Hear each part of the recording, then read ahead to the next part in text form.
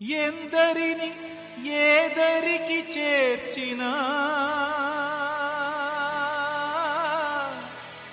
సంద్రాన ఒంటరిగా మిగలదా నావా? ఓ కాలమా ఇది నీ జాలమా? ఓ కాలమా ఇది నీ జాలమా? మమతలు పెంచి మనసులు విరిచి చెలగాటమాడతావు న్యాయమా?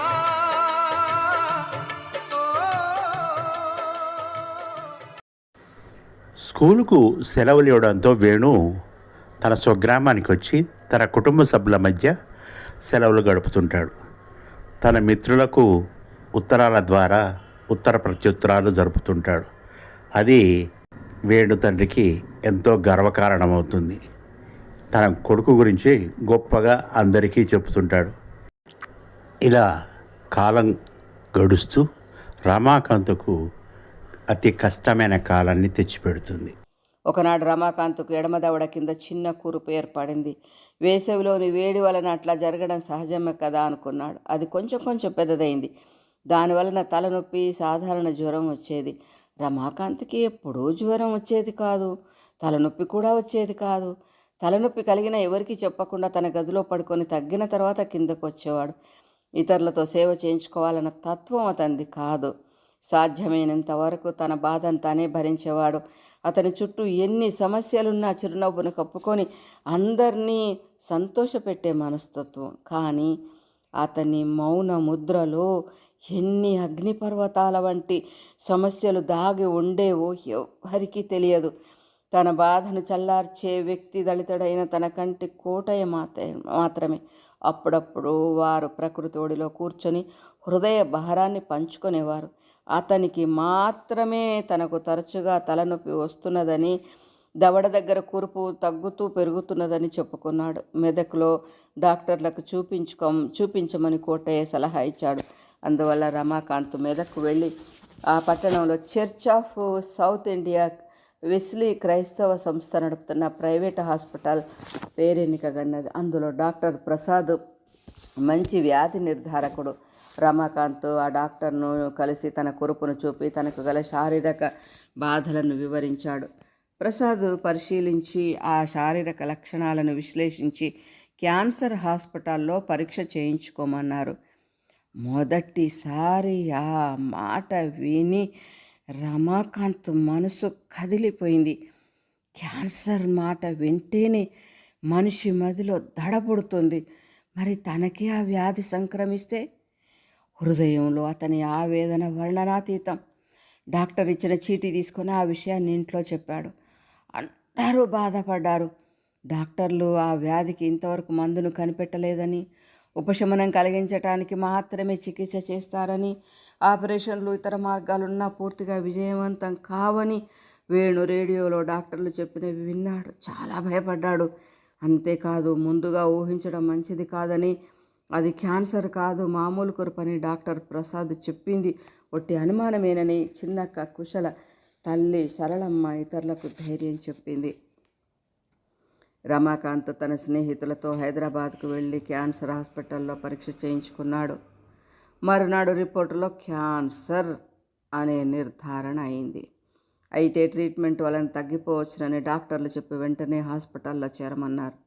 రమాకాంత్ చేసేది లేక స్నేహితుని ఇంటికి పంపి హాస్పిటల్లో చేరాడు.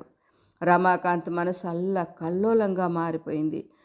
2 రోజులకు ఒకసారి రేడియోథెరపీ కురుపుపై గంట సేపు చేస్తున్నారు. తక్కిన సమయం అంతా హాస్పిటల్లో తిరగవచ్చు. వేణు స్వగ్రామం నుంచి 2-3 రోజులకు ఒకసారి ఎవరో వస్తున్నారు. రమాకాంత్కు ధైర్యం చెప్తున్నారు. భగవంతుడు మంచివాళ్లకు అన్యాయం చేయడని, వ్యాధి నయమవుతుందని విశ్వాసాన్ని ప్రకటిస్తున్నారు. కానీ రమాకాంత్కు నమ్మకం లేదు, బాధపడడమూ లేదు. నిశ్చింతగా చిరునవ్వు కప్పుకొని అప్పటికన్నా ఆప్యాయంగా మాట్లాడుతున్నారు. ఊరి విషయాలను శ్రద్ధగా అడిగి తనకు తోచిన సలహాలను ఇస్తున్నాడు.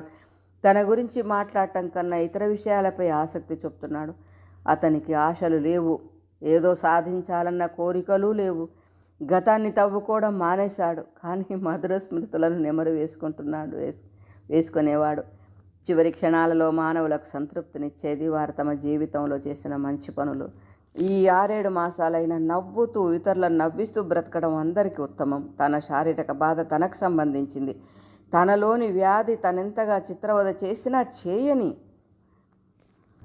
తనకు తర్వాత మృత్యు ఒడిలో శాశ్వత నిద్రే కదా అనుకున్నాడు రమాకాంత్ ప్రశాంతంగా. అయినా స్వచ్ఛమైన చంద్రునిలో మచ్చవలే నిర్మలమైన అతని మనసులో అప్పుడప్పుడు కుటుంబ పరిస్థితులు కలవరపరిచేవి. సరళమ్మకు వ్యవసాయం గురించి చిన్న విషయం కూడా తెలియదు కాబట్టి ఎట్లా నెగ్గుకొస్తుందో అన్న దిగులు. ఒక్కసారి చెయ్యి జారిన వ్యవసాయం తిరిగి బాగుపడడం చాలా కష్టం. పిల్లలేమో చాలా చిన్నవాళ్ళు. పెద్దవాడు వేణు చూపులేనివాడు. కుటుంబాన్ని ఉద్ధరించే బంధువులు కూడా తక్కువే. ఊరువారు తనని ఎంతగా ఆకాశానికి ఎత్తినా తాను మరణించిన తర్వాత ఆ కుటుంబానికి సహకరించే సహృదయం ఎవరికీ లేదని రమాకాంత్కు తెలుసు. ఒకవేళ సహాయం చేసినా ప్రతిఫలం ఆశిస్తారు. దానివల్ల కూడా తగవులు కలుగుతాయి, మనస్పర్ధలు ఏర్పడతాయి. అందులో స్త్రీ కుటుంబ పెద్దదైతే పురుషాధిక్య సమాజంలో మరీ ఎక్కువ. పైగా సరళమ్మ అన్ని కోణాల నుండి సమదృష్టి గల తత్వం కాదు. తనను అభిమానించే వారిని ఎక్కువగా ఆదరిస్తుంది, లేని వారిని తీవ్రంగా తిరస్కరిస్తుంది. ఈ విధానం చెడు పరిణామాలకు దారితీస్తుంది, కలహాలకు నిలయమవుతుంది. సరళమ్మకు డబ్బు విషయంలో జాగ్రత్త ఉండదు. ఎంత ఖర్చు పెడుతుందో ఆలోచించదు. దానివలన ఆర్థిక ఇబ్బందులే కుటుంబానికి తప్పక కలుగుతాయి. ఇది కూడా రమాకాంత్ మనసును కలిచివేసే సమస్య. అతడు 2 కూతుళ్ళ పెళ్ళిళ్ళు చేశాడు. మరి 2 కుమార్తెలు చిన్నవారు. వారి భారం కూడా సరళమ్మదే. మగపిల్లలు పెద్దయ్యే వరకు ఆమెకి కష్టాలు తప్పవనుకున్నాడు. ఆమెపై జాలి కలిగింది. మానసికంగా ఎప్పుడూ సుఖపడనే లేదు. రమాకాంత్ కంటి నుండి 2 కన్నీటి బొట్లు జారిపడ్డాయి. సరళమ్మ కొడుకు వేణు కంటి చూపు పోయినప్పటి నుండి దుఃఖిస్తూనే ఉంది. కానీ స్కూల్లో చేరి చదువుకుంటున్నప్పటి నుండి కుదుట పడింది. ఇంతలో తనకు క్యాన్సర్ వ్యాధి సోకింది. మళ్ళీ ఆమెకు కన్నీళ్ళు, కష్టాలు మిగులుతాయి. జీవితాంతం ఆమె కష్టపడవలసిందే. ఇవన్నీ రమాకాంత్ హృదయాన్ని వికలం చేస్తున్నాయి. వెచ్చని అశ్రుబిందువులు కనుకొలుకల నుండి చెక్కుళ్ళ మోదుగా తలగడను తడుపుతున్నాయి.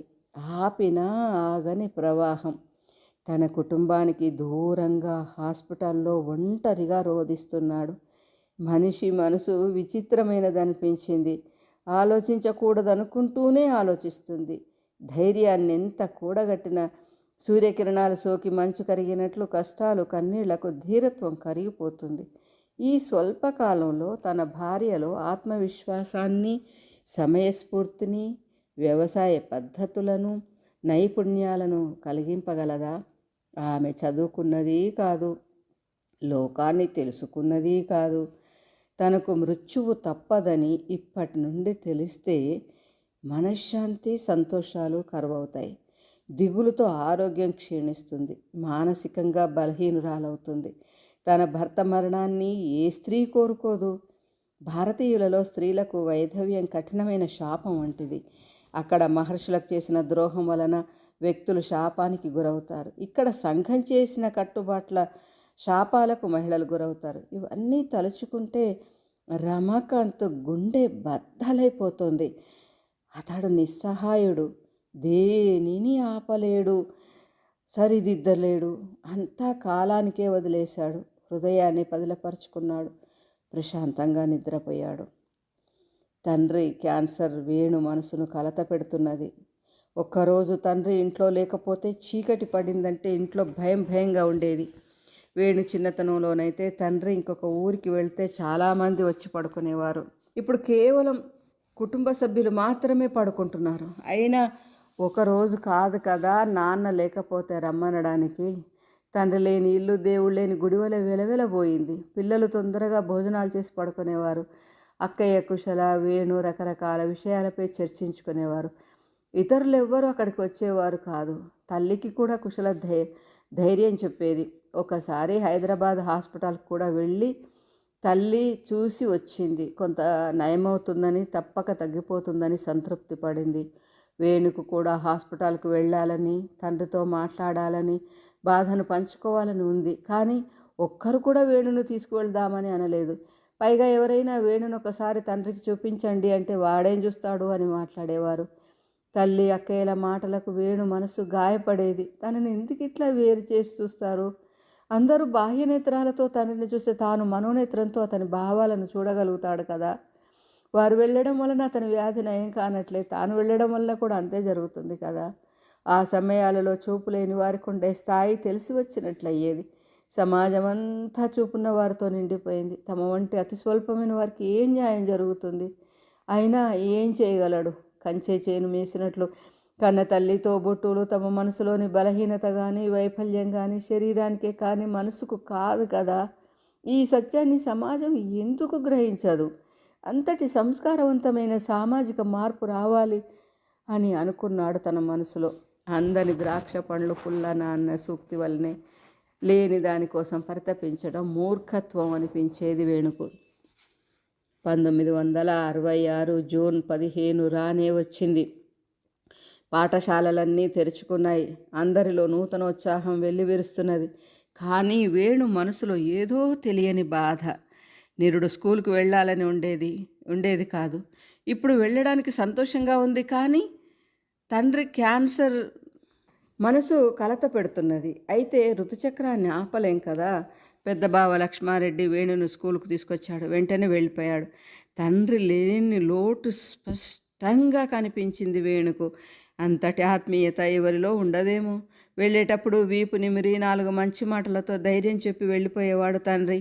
ఆయన హస్తస్పర్శతో మాటలకందని మృదుత్వం కనిపించేది. బాగా చదువుకోవాలి బాబు అనే మాట వేణు లక్ష్యాన్ని బలోపేతం చేసేది, ఉత్సాహపరిచేది, గొప్ప శక్తిని ప్రసాదించేది, అమృతాన్ని కురిపించేది, ఆశయాలను బ్రతికించేది. ఎంత ఆలోచించినా కాలం కదిలిపోతూనే ఉంది. మామూలు పరిస్థితులు ఏర్పడుతున్నాయి. స్కూల్లో స్నేహితులందరూ కలుస్తున్నారు. వేసవి సెలవుల ముచ్చట్లు చెప్పుకుంటున్నారు. సూర్యనారాయణ శ్రీకాకుళం నుండి సున్నుండలు, పనస పండ్లు, ఇతర పిండి వంటలు తీసుకొచ్చాడు. మెల్లగా తమ పెట్టెల దగ్గర కూర్చొని ఒకటొక్కటే అందరూ బయటికి వెళ్ళిపోయిన తర్వాత తినేవారు. వేణు కూడా లడ్డూలు, మోరుండలు అంటే జొన్న పేలాలతో చేసిన పిండి, పల్లీలు, నువ్వులు మొదలైన వాటిని బెల్లంతో కలిపి చేసిన లడ్డూల కన్నా కొంచెం పెద్దవిగా చేసినవి అవి సూర్యనారాయణకు చాలా ఇష్టం. చిన్న చిన్న బెల్లం ముద్దలను కూడా వేణు తెచ్చేవాడు. అతని కుటుంబం వ్యవసాయక ప్రధానమైంది. ఫిబ్రవరి మాసంలో తర్బూజా పండ్లు బాగా దొరికేవి. వాటిని సూర్యనారాయణ తీసుకొని వచ్చేవాడు. బాత్రూమ్ 7-8 అడుగుల ఎత్తు మాత్రమే ఉండేది. దాని గోడకు చిన్న చిన్న పగుళ్ళు ఉండేవి. వాటిలో కాళ్ళు పెట్టి పైకెక్కేవారు కొందరు. అటువంటి వారిలో సూర్యనారాయణ ముఖ్యుడు. అతను ఎప్పుడూ గమ్మత్తైన సాహసాలు చేస్తుండేవాడు. వేణును కూడా పైకెక్కమన్నాడు. వేణుకు సాహసాలంటే భయం. ఎక్కడ ప్రమాదం జరుగుతుందోనని, తండ్రి కోపడతాడేమోనని దిగులు. అంత పైనుండి జారిపడితే, కాళ్ళు చేతులు విరిగితే ఆ దృశ్యం తలుచుకుంటేనే ముచ్చెమటలు పోసాయి వేణుకు. ఎంత ప్రయత్నించినా ఎక్కలేకపోయాడు. వెంటనే సూర్యనారాయణ కిందికి దిగి వేణును పడకుండా పట్టుకొని ధైర్యం చెప్తూ పైకెక్కించాడు. ఇద్దరు పైన కూర్చొని తర్బుజాను ముక్కలు కోసి బెల్లాన్ని కలిపి తనివి తీరా మాట్లాడుకుంటూ తినేవారు. ఆ క్షణంలో ప్రపంచంలో కేవలం తామిద్దరే ఉన్నట్లుగా, ఆనందాన్నంతా తమ సొంతం చేసుకొని అనుభవిస్తున్నట్లు అనుభూతి చెందేవాడు. కింద ఎవరైనా వచ్చినట్లు తెలిస్తే మాటలు మానేసేవారు. తర్బూజా వాసన ఎక్కడదని వారు మాట్లాడుకుంటుంటే ఇద్దరూ నవ్వుకునేవారు. అట్లా గంటలు గడిచిపోయేవి. ఆ మధుర క్షణాలు జీవితంలో ఎంత దూరం ప్రయాణించినా మాసిపోని శిలాక్షరాల వల్ల నిలిచిపోతాయి. హృదయం బరువెక్కినప్పుడు, మనసు వేదనాగ్నులతో రగిలిపోయినప్పుడు ఆ జ్ఞాపకాలు చిరుజల్లుల వలె ఆత్మానందాన్ని కలిగిస్తాయి. మనసు గాయాలకు మందు వలె ఆ మధుర జ్ఞాపకాలు ఉపయోగపడతాయి.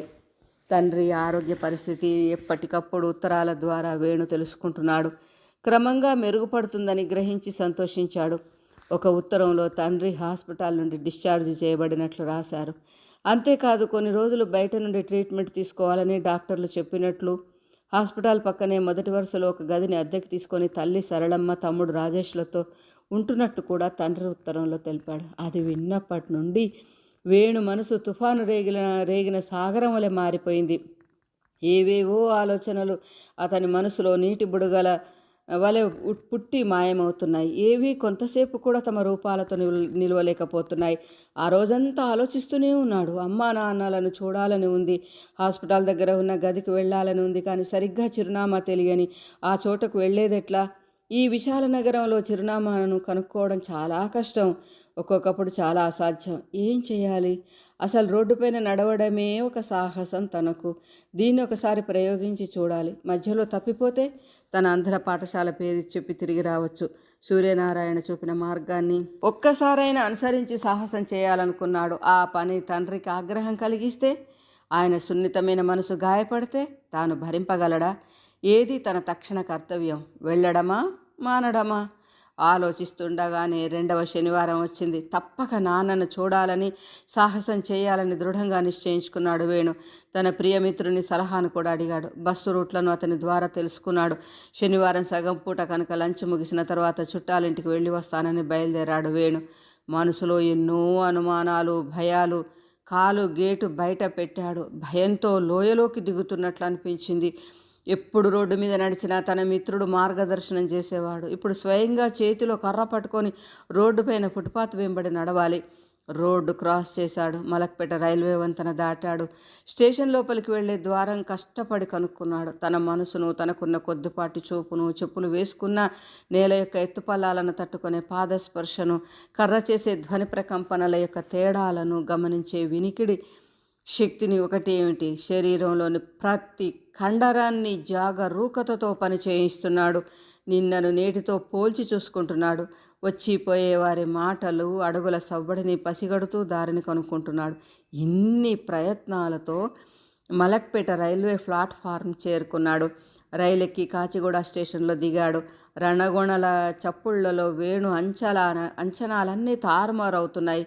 ఒక్క నిమిషం నిలబడి నలువైపులా తన వినికిడి శక్తిని ప్రయోగించాడు. ఒకచోట జనప్రవాహం యొక్క ధ్వని వినిపించింది. అటువైపు కర్రను నేలతో కొడుతూ అడుగులు వేశాడు. జనసందోహంతో పాటు కొంత వెలుగు, మరికొంత గాలి వేగం గమనిస్తూ బయటకు వెళ్లే దారిని కనుక్కున్నాడు. అటువైపు మళ్ళీ నడిచాడు. గేటు తగిలింది. అప్పుడు స్టేషన్ నుండి బయటపడి మెట్లు దిగి తన మిత్రుడు నడిపించిన దారి జాడలను గుర్తుకు తెచ్చుకుంటూ మలుపులు తిరుగుతూ బస్ స్టాప్ చేరుకున్నాడు.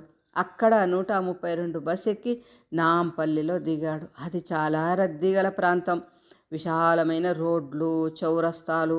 ఆ మహానగరంలో మెహదీపట్నం వెళ్లే బస్ స్టాప్ ఎక్కడుందో అనుకున్నాడు వేణు భయంతో.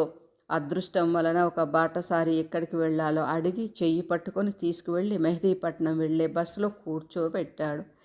క్యాన్సర్ హాస్పిటల్ దగ్గర దిగాలి. కానీ ఎట్లా తెలుస్తుంది? ఎవరిని అడిగితే చెప్తారు? చెప్తానని మర్చిపోతే? వేరే బస్ స్టాప్లో దిగితే? అన్నీ భయంతో కూడిన అనుమానాలు. అద్దెగది దొరుకుతుందా? తండ్రి స్పందన ఎలా ఉంటుంది? బస్సు కదిలింది, వేగాన్ని పెంచుకుంది. వేణు ఆలోచనలను కూడా పరిగెత్తిస్తున్నది. అది ఆగినప్పుడల్లా బస్ స్టాప్ పేర్లను గట్టిగా ఉచ్చరిస్తున్నాడు కండక్టర్.